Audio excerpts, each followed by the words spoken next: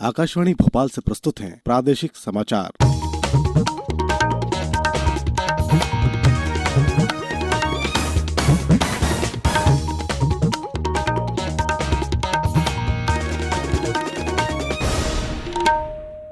नमस्कार। समाचारों के साथ मैं शरद बाघेला। पहले मुख्य समाचार। प्रधानमंत्री नरेंद्र मोदी कल वीडियो कॉन्फ्रेंसिंग के जरिए करेंगे देश की पहली चालक रहित मेट्रो ट्रेन का उद्घाटन। कोविड के कारण नगरीय निकाय और त्रिस्तरीय पंचायत चुनाव 3 महीने के लिए टाले गए। राज्य निर्वाचन आयोग का फैसला। प्रधानमंत्री आज आकाशवाणी पर मन की बात कार्यक्रम में देशवासियों से करेंगे अपने विचार साझा।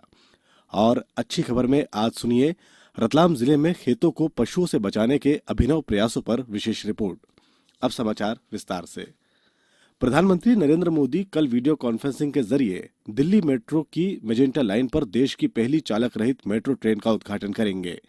इससे सुविधापूर्ण यात्रा और गतिशीलता में वृद्धि के नए युग की शुरुआत होगी। चालक रहित मेट्रो ट्रेन पूरी तरह स्वचालित होगी, जिससे मानवीय भूल की संभावना नहीं होगी।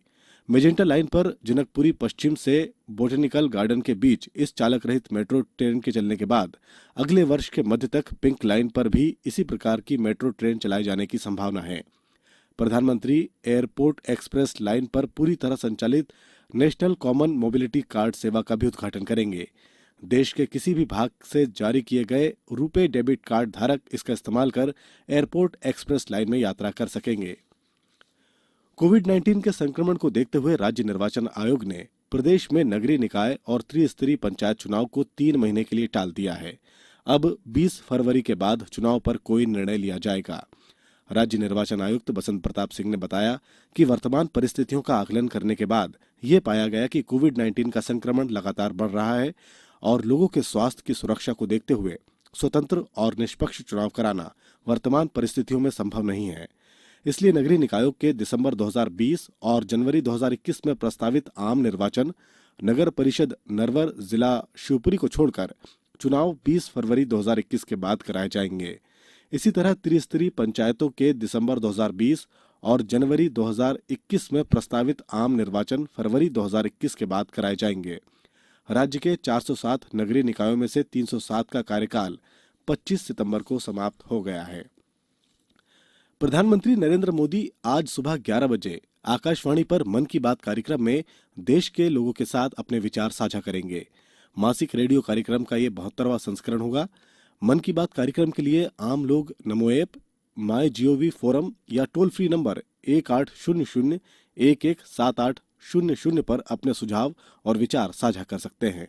यह कार्यक्रम आकाशवाणी और दूरदर्शन के सभी नेटवर्क और आकाशवाणी समाचार की वेबसाइट www.newsonair.com और news on AIR mobile app पर भी प्रसारित किया जाएगा। आकाशवाणी, दूरदर्शन समाचार, प्रधानमंत्री कार्यालय और सूचना एवं प्रसारण मंत्रालय के यूट्यूब चैनलों पर भी इसे लाइव स्ट्रीम किया जाएगा। प्रदेश के खनिज मंत्री बृजेंद्र प्रताप सिंह ने कल भोपाल में 12 दिनों से चल रही हड़ताल को लेकर Bhopal sand truck owners association से चर्चा कर उनकी वैधानिक मांगों को स्वीकार कर लिया। इसके बाद यूनियन द्वारा हड़ताल समाप्त कर दी गई। मंत्री श्री सिंह ने कहा कि रेत की रॉयल्टी वाली गाड़ियों को कोई भी विभाग नहीं रोकेगा और केवल चेक पोस्ट पर ही गाड़ियों की जांच होगी। उन्होंने कहा कि व्हीकल के हिसाब से रेत की मात्रा का पैरामीटर तैयार किया गया है। प्रदेश के खाद्य नागरिक आपूर्ति और उपभोक्ता संरक्षण विभाग के प्रमुख सचिव फैज अहमद किदवई ने कल एक जानकारी में बताया कि प्रदेश की उपार्जन नीति में नए प्रावधान किए जाने से किसानों को अपनी उपज बेचने में और अधिक सहूलियत होगी। उन्होंने कहा कि किसानों के नाम से दूसरे प्रदेशों में कम दर पर उपज खरीदकर प्रदेश में निर्धारित दर पर बेचने वाले बिचौलियों पर भी अंकुश लगाया जा सकेगा। उन्होंने बताया कि अभी तक उपार्जन का काम केवल सहकारी समिति और एनआरएलएम के समूह ही किया करते थे, परंतु अब नए प्रावधानों में फार्मा प्रोडक्ट ऑर्गेनाइजर एफपीओ को भी इसका दायित्व सौंपा जाएगा, जिससे उपार्जन कार्यों में बढ़ती भीड़ और देरी को कम किया जा सकेगा। अब समाचारों में वक्त है एक ब्रेक का। कोविड-19 से बचाव और सुरक्षित रहने के 3 उपाय। मास्क लगाएं, 2 गज दूरी है जरूरी, सुरक्षित दूरी रखें, हाथ और मुंह साफ रखें। मुख्यमंत्री शिवराज सिंह चौहान कल प्रदेश के खिलाड़ियों, प्रशिक्षकों और खेल से जुड़ी हस्तियों को वर्ष 2019 के राज्य स्तरीय खेल पुरस्कार से सम्मानित करेंगे। भोपाल के ओलंपियन हॉकी खिलाड़ी इनामुर रहमान को लाइफ टाइम अचीवमेंट पुरस्कार से नवाजा जा रहा है। इंदौर के अभिलाष एमटी और शरद जपे के साथ ही भोपाल के गिरधारी लाल यादव को विश्वामित्र पुरस्कार के लिए चुना गया है। हमारी विशेष श्रृंखला अच्छी खबर के 76वें अंक में आज सुनिए रतलाम जिले में खेतों को पशुओं से बचाने के प्रयासों पर विशेष रिपोर्ट। अच्छी खबर में आप हर रविवार रूबरू होते हैं प्रदेश के किसी भी इलाके की उस खबर से जो सकारात्मक है और समाज को दिशा देने में मददगार हो सकती है।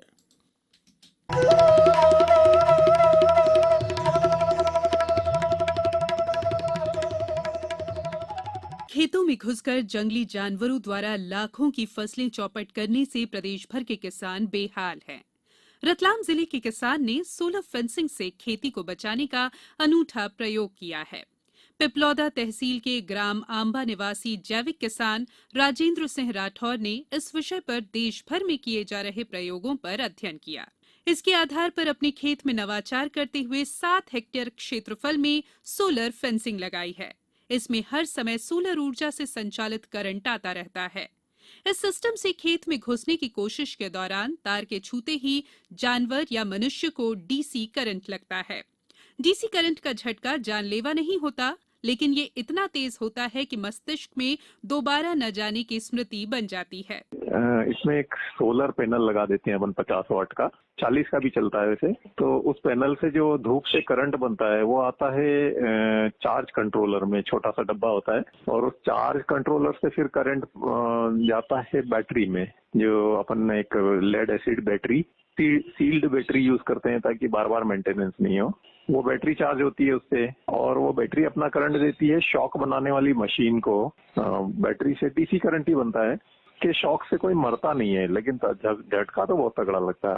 एक और कृषक भगवानपुरी गोस्वामी भी राजेंद्र सिंह राठौर से प्रेरित होकर अपने खेत में भी यही तकनीक आजमाने की सोच रहे हैं। ये जो प्रयोग किया है आंबा में राजेंद्र सिंह जी राठौर किसान ने, बहुत अच्छा प्रयोग है और हमने इसको देखा है, समझा है, कम लागत का है। हम भी इसको अपनाने का सोच रहे हैं, लेकिन थोड़ा सा अगर शासन भी इसमें मदद करता है तो बड़े पैमाने पे ये लोग किसान लगा सकेंगे और ये जंगली जानवर और खासकर नील गाय और जंगली सुअर से फसलों की रक्षा हो सकेगी। सोलर ऊर्जा का उपयोग करने वाली ये विधि न केवल सस्ती बल्कि कारगर साबित हो रही है। रतलाम से अदिति मिश्रा के साथ समाचार कक्ष से मैं संयुक्ता बैनर्जी।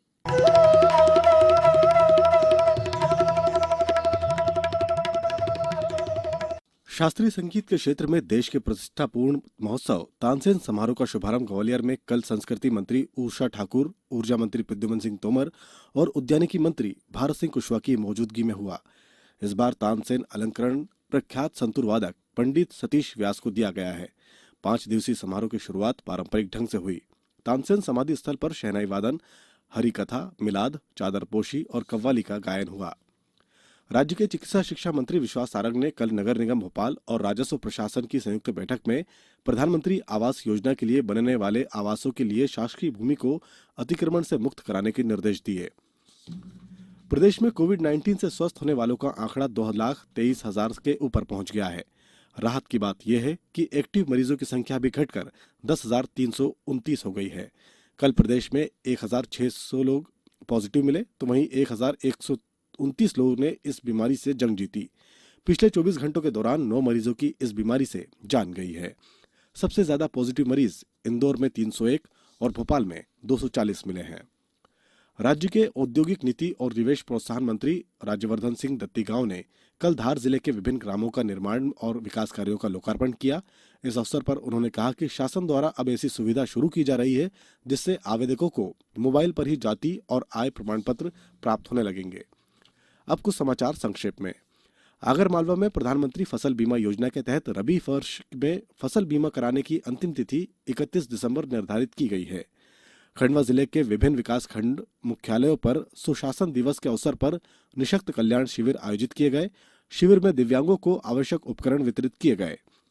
खाद्य सामग्री में मिलावट से मुक्ति अभियान में प्रदेश भर में अब तक 68 मिलावटखोरों के खिलाफ एफआईआर दर्ज की गई है और 15 लोगों पर रासुका के तहत कार्रवाई की गई है।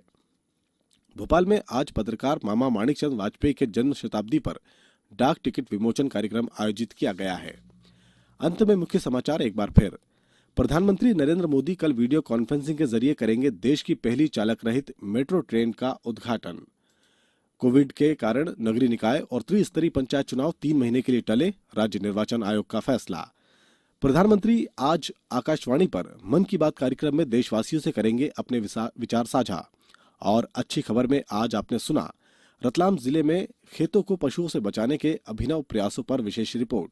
इस बुलेटिन के अंत में एक अपील, हमेशा ध्यान रखें, मास्क और 2 गज की दूरी, हाथ धोना भी है जरूरी। नमस्कार।